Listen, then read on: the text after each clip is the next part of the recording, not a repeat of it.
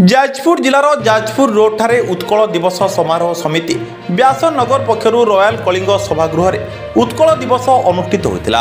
यह उत्सव में मुख्य वक्ता भावे व्यंग कवि स्तंभकार ज्ञान होता जोगदे ओडिशा साहित्य भाषा इंग्राजी भाषा पशि जाता शुभंकर नुहे। मातृभाषा को प्राधान्य देवा सहित आमे ओडिशा आमर कला साहित्य संस्कृति साहित्य को नहीं गर्व करने आह्वान देते। मुख्य अतिथि भावे प्राक्तन शासन सचिव डॉक्टर अलेख चंद्र पड़ियारी ओडिया वीरत्व गौरव वाणिज्य संपर्क में आलोकपात करते। पौराध्यक्षा उत्सव को उद्घाटन करते। समितिर उपदेष्टा हेमंत कुमार साहू उत्कल दिवस पालन उद्देश्य संपर्क में अभिभाषण प्रदान करते। उक्त उत्सव समारोह समितिर सभापति डॉक्टर दुष्मंत कुमार नायक अध्यक्षता करते। संपादिका ब्रजेश्वरी सिंह संपादकीय विवरण पाठ करते।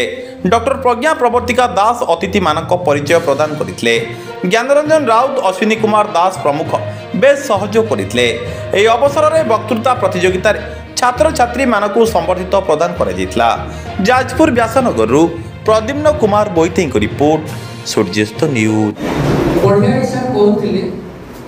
जे जाति उत्कलीय कलिंग वीर कहुए आपण माने राजकीय भूमि रे कलिंग रयात रे भव्य आयोजन करछथि आपण मानव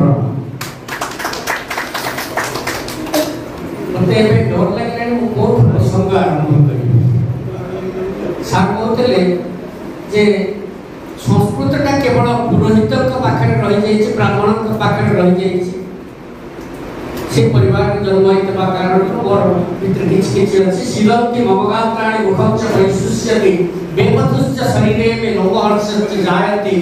आपनकर अभिभाषण सुनिला पर मु कोन कहिबी मो थड़ीबा आरंभ करलेनी मो डरिबा आरंभ करलेनी भाबुथिली जे अंततः अलेख पड़ियारी कोन कहिबे भिन्न कथा राजनीति करंती संगीता विद्वासी एमती कोन कहिबे कि तांकर अभिभाषण रे भी मु समर्पित हेली एते चमत्कार भाषण तांको कृतज्ञता जनाउछि मते किछि फरक जगेइबा कारण उपस्थित अछन्ति ज्ञान राउत मते मंच को उठेछन्ति भगवान ज्ञान राउत को